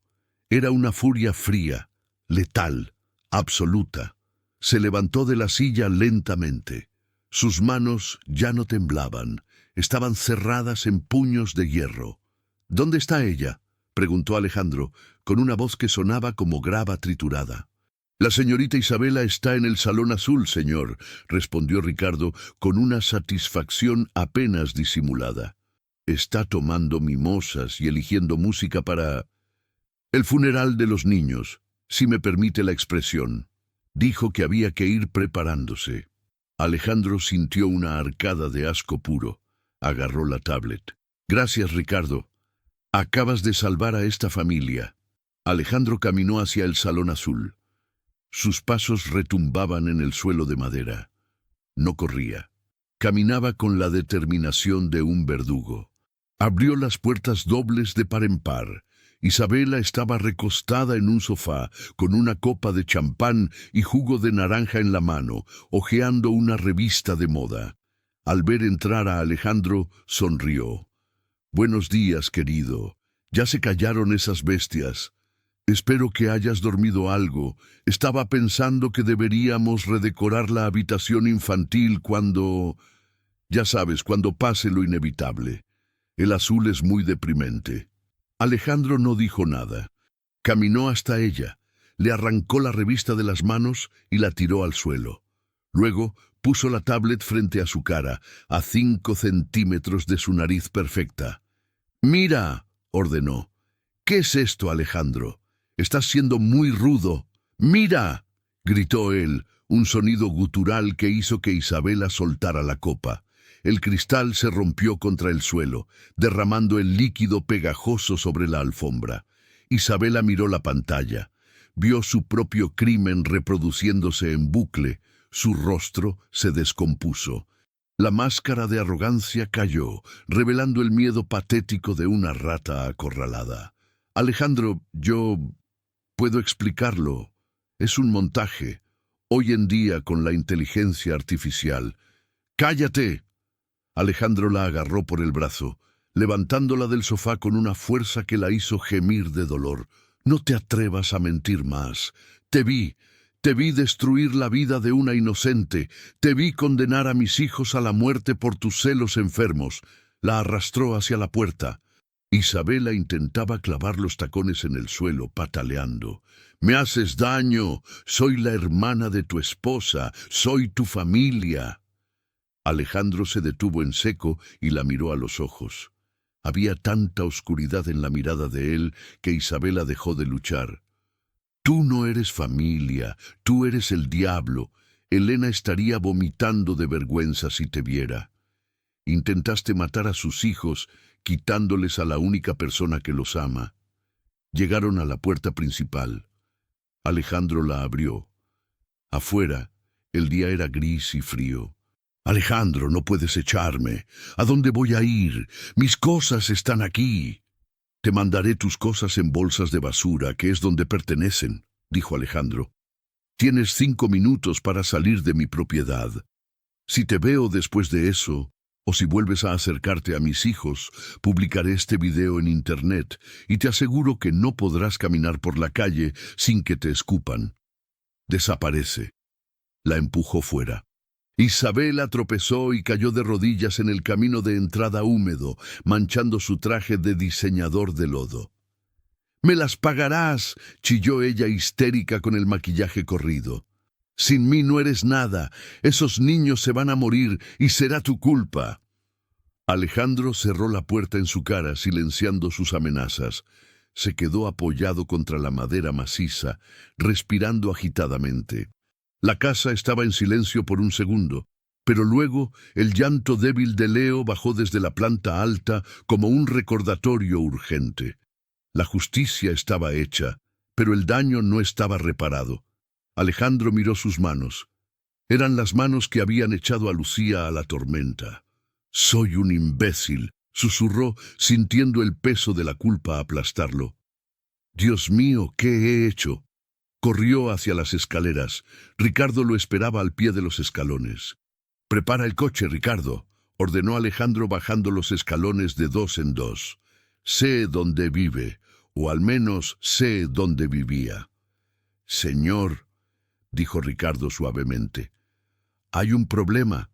El chofer me dijo que el barrio de esa chica se inundó anoche con la tormenta. El río se desbordó». Alejandro se detuvo, sintiendo que la sangre se le helaba en las venas. «¿Inundado?» «Sí, señor. Muchas casas de cartón fueron arrastradas».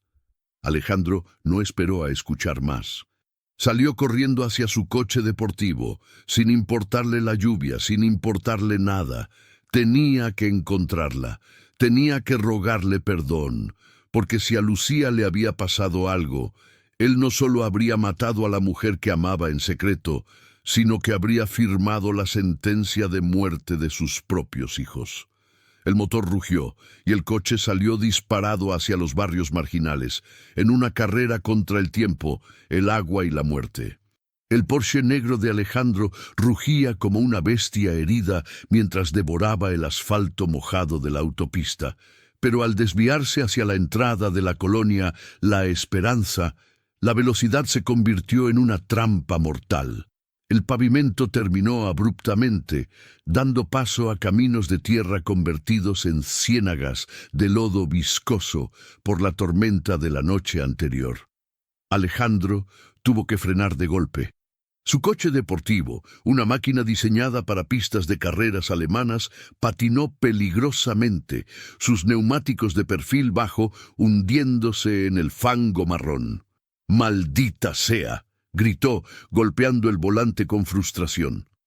Miró a través del parabrisas empapado. El panorama era apocalíptico. El río, normalmente un hilo de agua sucia, se había desbordado, tragándose las primeras filas de casas precarias construidas con lámina y madera.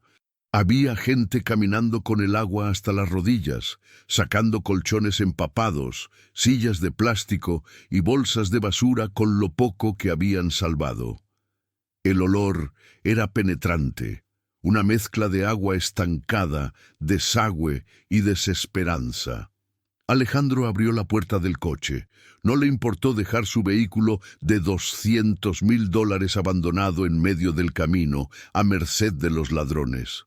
Bajó, y sus zapatos de cuero italiano se hundieron inmediatamente en 10 centímetros de lodo frío. Su traje gris, impecable, se salpicó de mugre en el primer paso.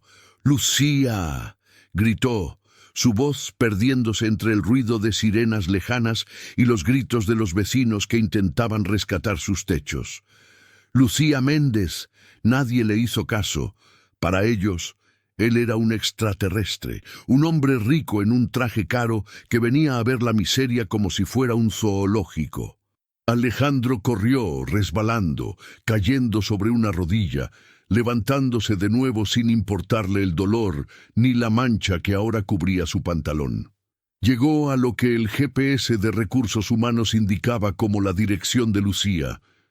Se detuvo en seco, con el corazón en la garganta. La casa no estaba. Donde debería haber estado la pequeña vivienda de Lucía, solo había un esqueleto de vigas de madera torcidas y una pared derrumbada. El agua había arrasado con todo. ¡No! Alejandro sintió que el mundo se le venía encima. Estaba ahí dentro. ¿Se la había llevado el río? Vio a una anciana sentada en una piedra cercana, llorando mientras abrazaba a un perro flaco. Señora, Alejandro se acercó, jadeando, agarrándola por los hombros con desesperación. La chica que vivía aquí, Lucía. ¿Dónde está? ¿Está viva? La mujer lo miró con ojos vacíos, asustada por la intensidad del hombre. ¿La muchacha de los ojos tristes?, preguntó la anciana con voz temblorosa. Salió antes de que el agua subiera. Se fue con su maleta. Alejandro sintió un alivio tan intenso que casi se marea. ¿A dónde? Dígame a dónde fue. Dijo que se iba al pueblo, que aquí ya no tenía nada, que la habían corrido de su trabajo y que Dios la había castigado quitándole su casa también. Iba a la terminal de autobuses del norte. Se fue caminando hace una hora. Gracias. Gracias. Alejandro sacó su cartera, sacó todos los billetes que tenía, cientos de dólares, y se los puso en las manos sucias de la anciana sin contarlos. Tenga, para su casa. Alejandro corrió de vuelta al coche. Estaba cubierto de lodo, sudor y lluvia, pero nunca había tenido la mente tan clara. La terminal del norte estaba a 20 minutos. Si ella tomaba ese autobús, desaparecería en la inmensidad del país rural y él nunca, jamás, podría recuperar la vida de sus hijos. Condujo como un maníaco, saltándose semáforos en rojo, esquivando el tráfico, tocando el claxon sin cesar. Llegó a la terminal, un edificio gris y caótico lleno de gente que iba y venía. Dejó el coche mal estacionado en la entrada, con las llaves puestas, y entró corriendo. Sus ojos escanearon la multitud frenéticamente. Buscaba un abrigo barato, una maleta vieja, una figura solitaria. Y entonces la vio.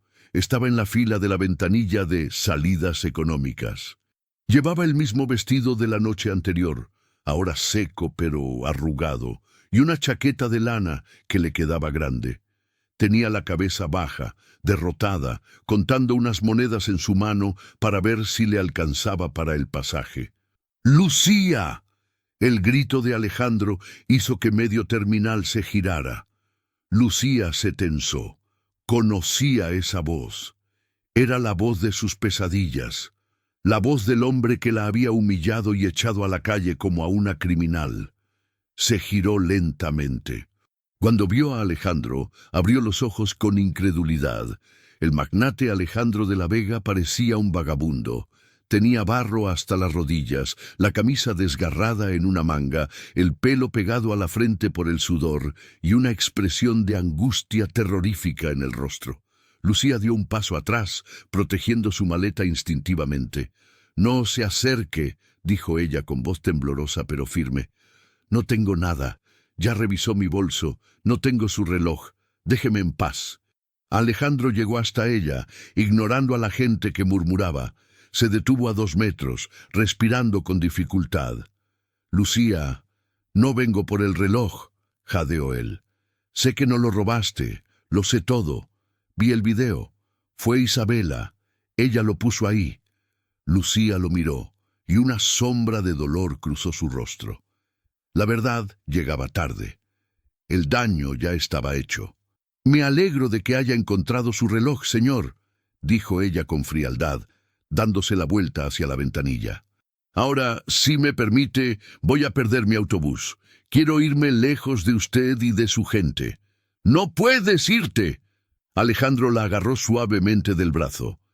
Ella se soltó con violencia, como si la hubiera quemado. «¡No me toque!», gritó Lucía con lágrimas de rabia brotando por fin. ¿Cree que puede venir aquí, chasquear los dedos y que yo vuelva corriendo?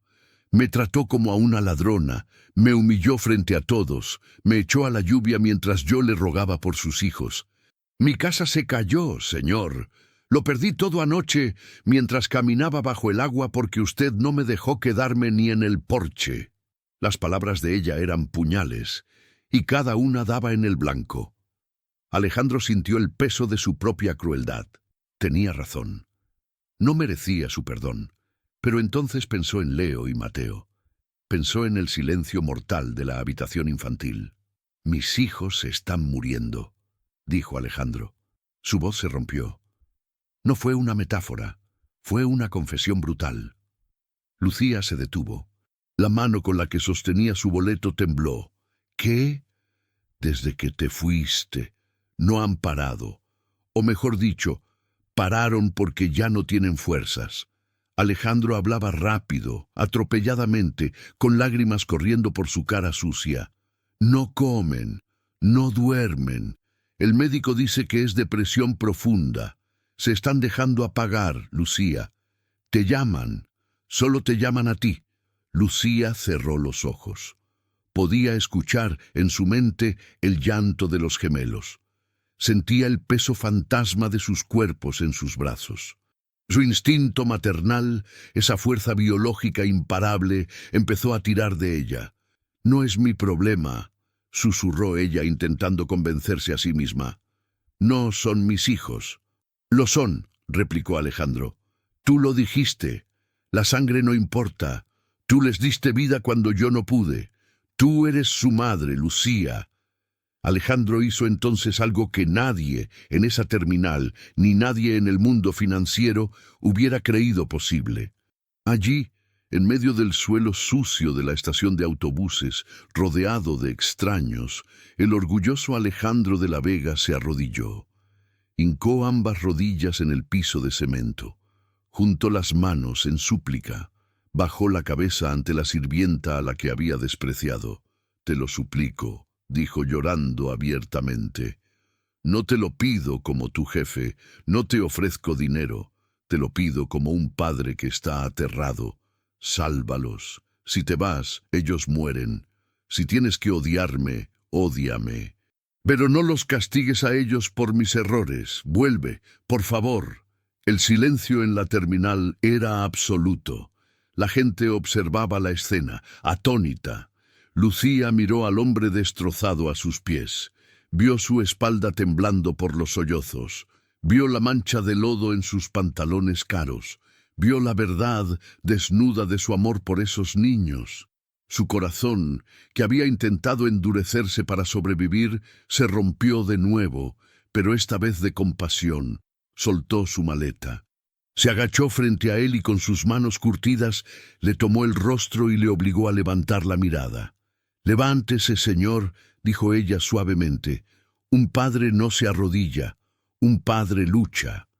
Alejandro la miró, buscando esperanza en sus ojos oscuros. «¿Vendrás?» Lucía suspiró, un sonido profundo que venía del alma.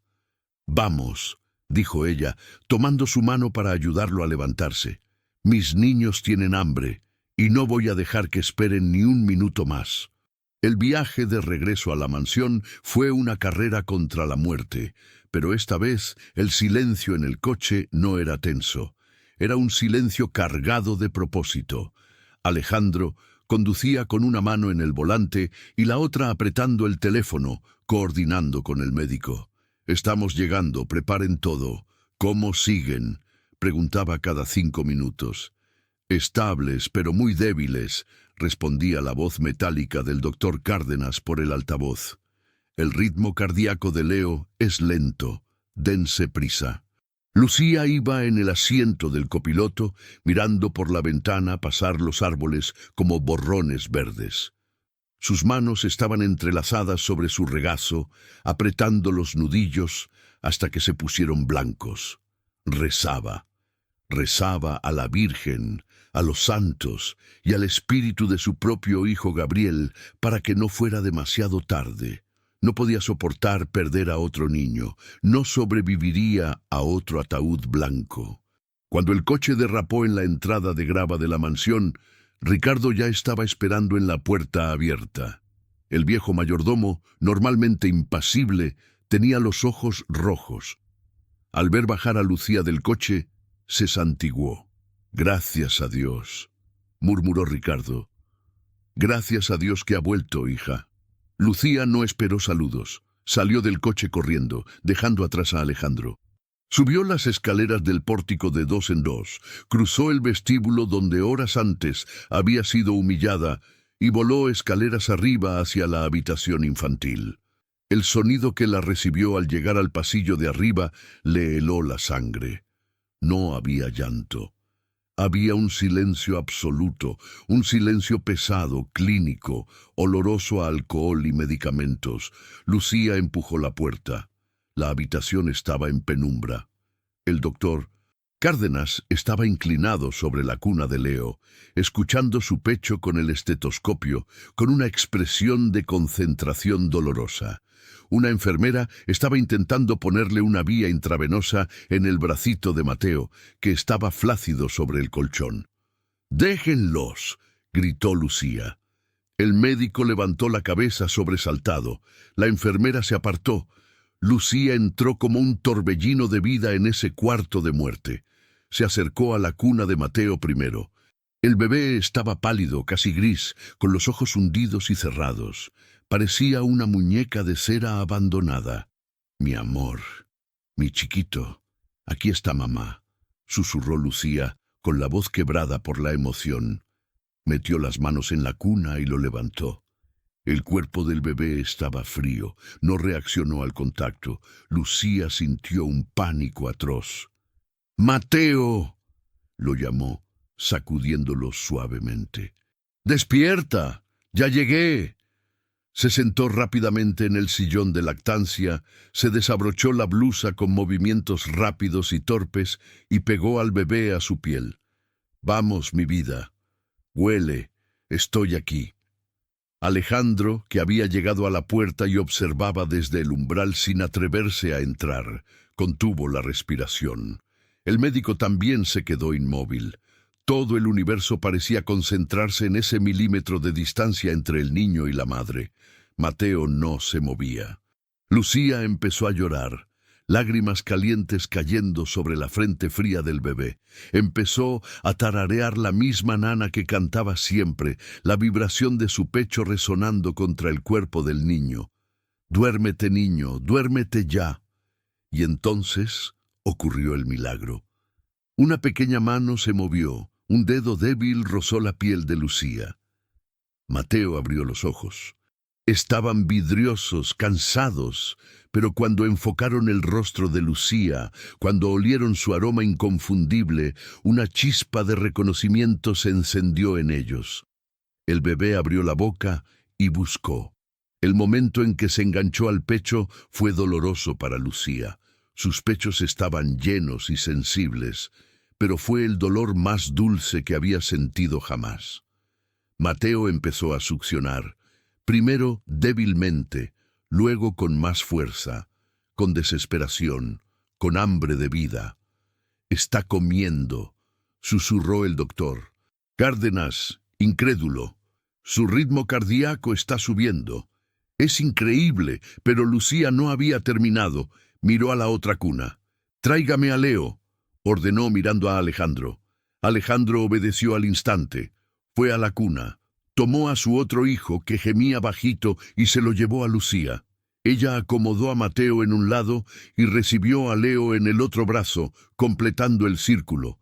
En cuanto Leo sintió a su hermano y a Lucía, el instinto de imitación y supervivencia se activó. En segundos, ambos gemelos estaban alimentándose.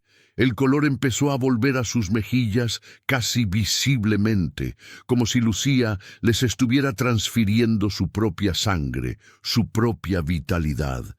La tensión en la habitación se disipó, reemplazada por el sonido rítmico y sagrado de la deglución y la respiración profunda. Alejandro se dejó caer de rodillas junto al sillón, agotado. Apoyó la frente en el brazo del sillón, cerca de la pierna de Lucía, y lloró. No lloró como en la terminal, con desesperación. Lloró con alivio. Lloró porque había estado a punto de perderlo todo, y esta mujer, esta increíble mujer humilde a la que había herido, se lo había devuelto todo. Lucía, con las manos ocupadas sosteniendo las cabezas de los bebés, lo miró, vio al hombre poderoso reducido a un ser humano vulnerable, vio su arrepentimiento real. Suavemente movió un dedo de la mano que sostenía a Leo y rozó el cabello sucio y revuelto de Alejandro. «Ya pasó», dijo ella en voz baja, consolando al padre igual que a los hijos. «Ya estamos todos aquí». El doctor Cárdenas hizo una señal a la enfermera y ambos salieron de la habitación en silencio, cerrando la puerta, entendiendo que ese momento de intimidad no necesitaba testigos médicos. Pasó una hora. Los bebés cayeron en un sueño profundo, el sueño de los justos, con las barrigas llenas y las fiebres rotas. Lucía no se movió, Alejandro tampoco. Finalmente, Alejandro levantó la cabeza. Tenía los ojos hinchados. «Perdóname», dijo. Fue simple, sin excusas. Lucía lo miró a los ojos. «El perdón se gana, señor Alejandro, no se pide. Me pasaré el resto de mi vida ganándomelo», prometió él. «A partir de hoy todo cambia. Tú mandas aquí en lo que respecta a ellos. Nadie te volverá a mirar por encima del hombro. Eres la señora de esta casa en todo menos en el papel. Y si alguien, quien sea, te falta al respeto, se va. No quiero ser la señora», respondió Lucía con honestidad. «Solo quiero que ellos estén bien. Y quiero que usted esté bien también. Un padre triste no sirve de nada». Alejandro asintió, tomando la mano libre de Lucía entre las suyas. La sintió áspera, trabajadora, real. «Te prometo algo más, Lucía. Nunca más te faltará un techo. La casa que perdiste, te construiré una mejor. O mejor aún, esta es tu casa. Para siempre. Nunca más te irás». Lucía sintió un calor subirle por el pecho que no tenía nada que ver con la lactancia. Miró a Alejandro y vio por primera vez no a su jefe, sino a un hombre. Un hombre que la miraba con una mezcla de gratitud, admiración y algo más. Algo que empezaba a parecerse peligrosamente al amor. «No prometa para siempre, Alejandro», susurró ella usando su nombre de pila por primera vez. «La vida da muchas vueltas». «Entonces prometo por hoy», dijo él, acercándose un poco más. «Y mañana prometeré por mañana». El aire entre ellos vibró. Estaban sucios, cansados, rodeados de caos reciente, pero en esa habitación, con los bebés durmiendo plácidamente sobre el regazo de ella, se sentía como el lugar más seguro de la tierra. La tormenta había pasado, pero había dejado algo nuevo en su lugar, una familia forjada en el fuego de la desesperación. Alejandro se puso de pie lentamente, sin soltar su mano. «Descansa. Ricardo te traerá comida aquí. Yo me quedaré en la puerta vigilando. Nadie entrará si tú no quieres». Lucía asintió, cerrando los ojos, agotada. Mientras Alejandro salía al pasillo para montar guardia como un centinela fiel, sabía que la batalla contra Isabela había terminado, pero la batalla por el corazón de Lucía apenas comenzaba. Y esa era una batalla que estaba dispuesto a ganar, costara lo que costara. El jardín de la mansión de la Vega había dejado de ser ese lugar geométrico, perfecto y estéril que Isabela solía presumir en sus redes sociales. Ahora, bajo el sol brillante de un sábado por la tarde, era un caos maravilloso de colores, risas y vida. Había castillos inflables donde antes había estatuas de mármol importado y mesas llenas de dulces y pasteles caseros donde antes solo se servían canapés insípidos de caviar. Había pasado exactamente un año desde la noche de la tormenta. Un año desde que Alejandro se arrodilló en el lodo de una terminal de autobuses. Alejandro observaba la escena desde la terraza, con una copa de champán en la mano, pero esta vez no bebía para olvidar. Bebía para celebrar. Sus ojos seguían a dos pequeños torbellinos de 1 año y medio, vestidos con trajes de marinerito, que corrían tambaleándose por el césped, persiguiendo a un perro labrador dorado, Mateo y Leo. Ya no eran los bebés pálidos y moribundos conectados a máquinas. Eran niños robustos, bronceados por el sol, con piernas fuertes y pulmones potentes que usaban para gritar de alegría. «Cuidado con el pastel, Leo», se escuchó una voz suave y firme cerca de la mesa principal. Alejandro giró la cabeza y sonrió. Era ella, Lucía. Lucía ya no llevaba el uniforme azul de servicio, tampoco llevaba harapos. Llevaba un vestido de lino color coral que resaltaba su piel morena y su cabello oscuro, ahora suelto y brillante, cayendo en ondas sobre sus hombros. No llevaba joyas ostentosas, solo una cadena fina de oro con una medalla pequeña, la fecha de nacimiento de Gabriel, su hijo fallecido. Alejandro se la había regalado 6 meses atrás, no para borrar su pasado, sino para honrarlo.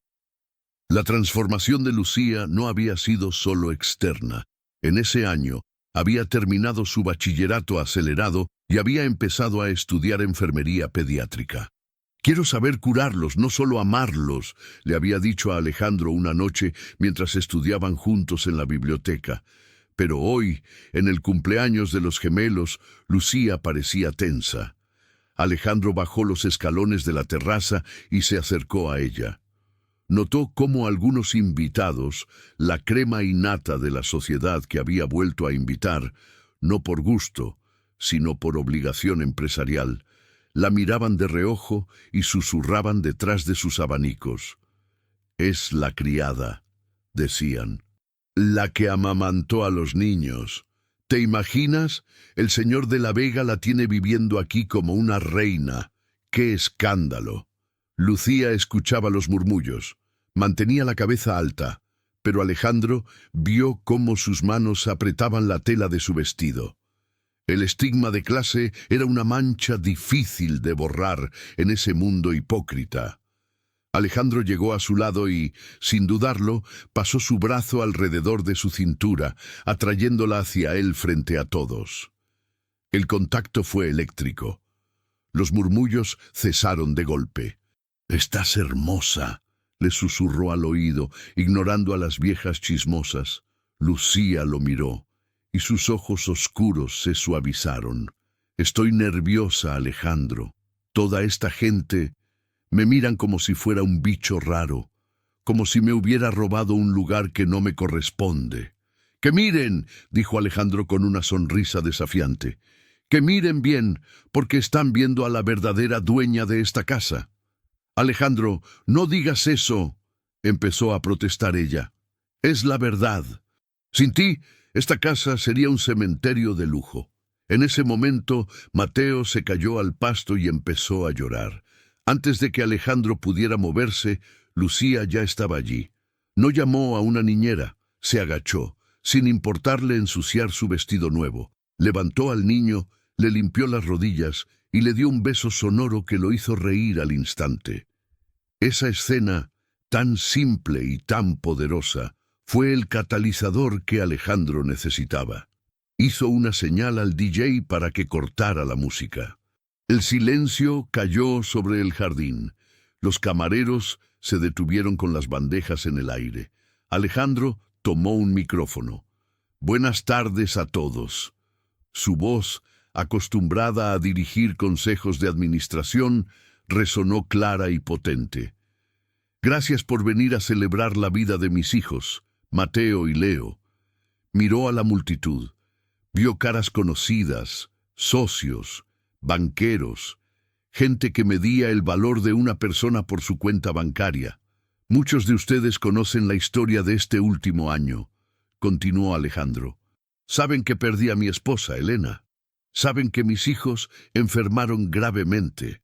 Hubo rumores, hubo chismes. Se dijo que me había vuelto loco, que había metido a una cualquiera en mi casa». Un murmullo incómodo recorrió a los invitados. Algunas señoras se abanicaron más rápido. «Hoy quiero aclarar esos rumores», dijo Alejandro, clavando su mirada en el grupo que había estado criticando a Lucía. «Hace un año yo era un hombre pobre. Tenía millones en el banco, sí, pero era pobre. Era un padre ausente, un viudo amargado y un hombre ciego. Mis hijos se estaban muriendo de tristeza en cunas de oro porque su padre no sabía cómo darles calor». Alejandro extendió la mano hacia Lucía, que estaba parada junto a la mesa del pastel, paralizada, con los gemelos agarrados a sus piernas. «Ven aquí, Lucía, por favor». Lucía dudó un segundo. El pánico escénico la invadió. Pero al ver la mirada de Alejandro, esa mirada que le prometía que nunca más estaría sola, caminó hacia él. Subió al pequeño estrado improvisado. Alejandro la tomó de la mano. Sus dedos se entrelazaron con fuerza. «Esta mujer», dijo Alejandro alzando la mano de Lucía, «no es la criada. Esta mujer llegó a mi vida cuando yo estaba en la oscuridad más absoluta. Llegó con sus propias heridas, con el dolor de haber perdido a su propio hijo, Gabriel, apenas unos días antes. Y a pesar de su dolor, a pesar de que yo la traté con arrogancia y desprecio, ella abrió sus brazos y su corazón para salvar a los míos». La voz de Alejandro se quebró por un instante, pero se recuperó. Ella les dio vida con su propio cuerpo. Ella me enseñó que la paternidad no es pagar colegios caros, es estar presente. Ella me enseñó a reír de nuevo. Me enseñó que la dignidad no tiene nada que ver con el dinero y que el amor es la única fuerza que puede vencer a la muerte. Alejandro se giró hacia Lucía, dándole la espalda al público. Ya no le importaban los invitados, solo existía ella. «Lucía», dijo, bajando el micrófono pero hablando lo suficientemente alto para que todos oyeran. «Hace un año me arrodillé ante ti en una estación de autobuses sucia. Estaba desesperado, estaba lleno de culpa. Te pedí que volvieras por ellos». Alejandro soltó el micrófono, que cayó al pasto con un golpe sordo. Lentamente, con una elegancia y una solemnidad que dejó a todos sin aliento, Alejandro de la Vega volvió a arrodillarse. Pero esta vez no había lodo, no había desesperación. Había sol, había flores y había una certeza absoluta. Metió la mano en el bolsillo de su saco y sacó una caja pequeña. No era de terciopelo azul antiguo, era una caja moderna, blanca, nueva. La abrió. Un diamante sencillo pero purísimo brillaba en su interior. «Hoy me arrodillo ante ti, no por necesidad, sino por amor», declaró Alejandro con los ojos llenos de lágrimas de felicidad. «Te amo, Lucía. Amo como amas a mis hijos. Amo cómo me desafías. Amo la mujer que eres y la que estás llegando a ser. No quiero que seas la niñera, no quiero que seas la empleada, quiero que seas mi compañera, mi igual, mi esposa». Lucía se llevó las manos a la boca. Las lágrimas rodaban libremente por sus mejillas, arruinando su maquillaje, pero no le importaba. Miró al hombre arrodillado. Recordó el primer día, cuando entró furioso a la habitación. Recordó la lluvia, recordó las noches en vela, cuidando fiebres juntos. «Sé que soy mayor que tú», continuó Alejandro. «Sé que vengo con equipaje y con un pasado complicado, pero te prometo que dedicaré cada día que me quede de vida a hacerte feliz y a honrar la memoria de Gabriel, amando a nuestros hijos como si fueran uno solo. Lucía Méndez, ¿me harías el honor de casarte conmigo y adoptar oficialmente a estos dos traviesos como tus hijos?» El silencio se rompió solo por el grito de Leo. «¡Mamá!». El niño, viendo a su padre en el suelo, pensó que era un juego y corrió hacia ellos, seguido de Mateo. Se lanzaron sobre Alejandro y Lucía, rompiendo la solemnidad del momento con risas y abrazos desordenados. Lucía se arrodilló también, abrazando a los tres hombres de su vida. El círculo se cerró. «Sí», dijo ella entre sollozos y risas, mirando a Alejandro a los ojos. Sí, Alejandro, sí a todo, sí a ti, sí a ellos, sí a nosotros. Alejandro le puso el anillo. Le quedaba perfecto. Se besaron. No fue un beso tímido. Fue un beso apasionado, sellado con la promesa de un futuro compartido, mientras los invitados, contagiados por la emoción pura del momento, estallaban en aplausos. Incluso las damas de sociedad se secaban discretamente una lágrima. El cinismo no podía sobrevivir ante tal demostración de verdad. Desde la distancia, Ricardo, el viejo mayordomo, observaba la escena con una sonrisa satisfecha. Sacó su pañuelo y se limpió las gafas. Había servido a esta familia durante 40 años. Había visto tragedias y fortunas, pero nunca había visto una felicidad tan genuina. La sangre hace parientes, murmuró Ricardo para sí mismo, citando un viejo refrán mientras veía a Lucía levantar a Mateo en el aire. Pero solo el amor hace familia. El sol comenzó a ponerse, bañando el jardín en una luz dorada. La fiesta continuó hasta tarde, pero para Alejandro y Lucía, el mundo se había reducido a ese pequeño espacio de césped donde, entre juegos y risas, habían construido un milagro sobre las ruinas del dolor. Isabela nunca volvió. Su nombre se convirtió en un susurro olvidado, un fantasma que se desvaneció ante la luz brillante de la nueva señora de la Vega. Y Lucía, la chica que llegó con guantes de goma para limpiar la suciedad, terminó limpiando el alma de una dinastía entera, demostrando que a veces el verdadero tesoro no está en la caja fuerte, sino en los brazos de quien se atreve a amar sin condiciones. Fin.